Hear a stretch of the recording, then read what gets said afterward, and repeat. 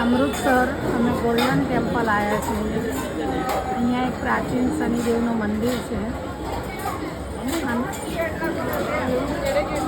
હે ના મારે અહીંયા અમૃતસર ગોલ્ડન ટેમ્પલ છે.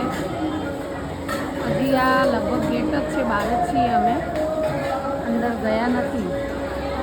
અંદર જઈશું ત્યારે દર્શન કરશું. એટલી બધી પબ્લિક ખૂબ જ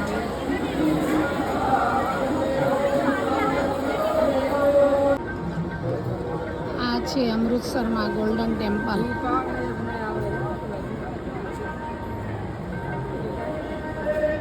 મારા બધા જ ભાઈઓ બહેનો સખીઓ બધાને હું આ દર્શન કરાવવા માટે વિડીયો બનાવી રહી છું. આપ સૌ દર્શન કરજો.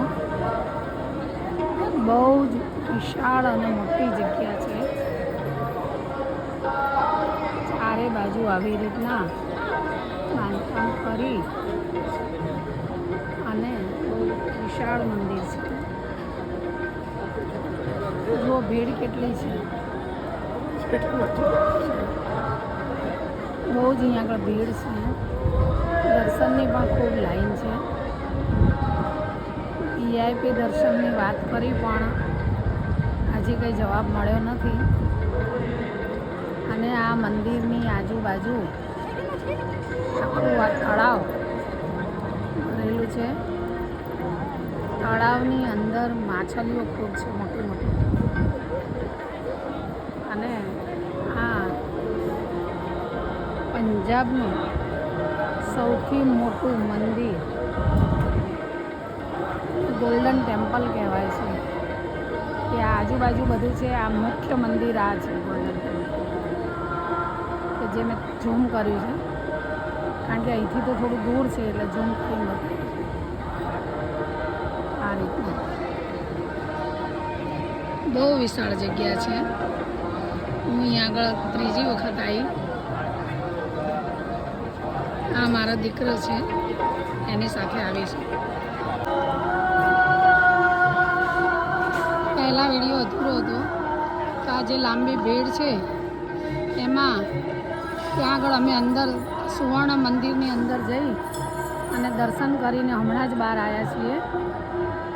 તો આ બહુ મોટું મંદિર છે, બહુ સરસ છે. અંદરથી પણ સોનાથી મઢેલું છે.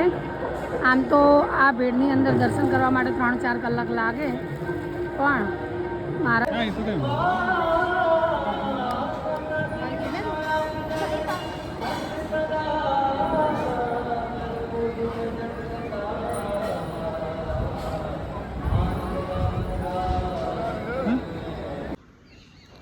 સૌને મારા જય શ્રી કૃષ્ણ. કાલે અમૃતસર દર્શન કરી આવ્યા. બહુ સરસ મંદિર છે. હું પહેલાં પણ ગઈ હતી, પણ અમે અંદર બહુ જ ભીડના કારણે અમે દર્શન નહોતા કરી શક્યા. પણ આ વખતે અમે અંદર દર્શન કરીને આવ્યા. અંદર બી સોનાથી મઢીને ઝીણી ઝીણી ઝીણી કોતરણી કરેલું બહુ જ સુંદર મંદિર છે. મંદિરની અંદર મૂર્તિ નથી, પણ સાહેબનો ગ્રંથ છે અને એ ગ્રંથની પૂજા કરવામાં આવે છે. બહુ સરસ મંદિર છે, જોવા જેવું મંદિર છે. બહુ જ મોટું, એની જગ્યા બહુ જ વિશાળ જગ્યા છે. મંદિરની આજુબાજુ બહુ જ મોટું ને ઊંડું તળાવ છે. બહુ સરસ મંદિર છે, દર્શન કર્યા. બીજું, આ મંદિરનું એક પંજાબીઓનું એવું નિયમ છે મંદિરનો, કે તમે મંદિરના અંદર મેઇન ગેટ, હજી તમે ગેટ સુધી પહોંચ્યા પણ નથી અને તરત જ આ લોકો એમ કહે કે મથા ઢક્કો. એટલે કે માથા ઉપર તમે રૂમાલ બાંધો, અથવા તો સાડી પહેરી હોય તો માથે ઓઢી રાખો, અથવા તો ડ્રેસ પહેર્યો હોય તો તમે ઓઢણી ઓઢી રાખો, પણ માથું આટલા સુધી ઢાંકેલું જ હોવું જોઈએ. સહેજ બી માથું ખુલ્લું દેખાય એટલે બાજુમાં આવીને તરત જ કે મથા ઢક્કો. તો જો કે આ સારો નિયમ છે કે આપણે ભગવાનના દરબારમાં જઈએ અને ગમે તે કપડાં પહેરીએ કે ગમે તે રીતના આપણે જતા હોઈએ, પણ આપણા હિન્દુમાં આ મંદિરમાં બહુ સરસ નિયમ છે. જેવી રીતના તિરુપતિ બાલાજીમાં આપણે જઈએ તો એ લોકો એમ કહે છે કે એમનો પહેરવેશ લુંગી જ પહેરીને જવાની.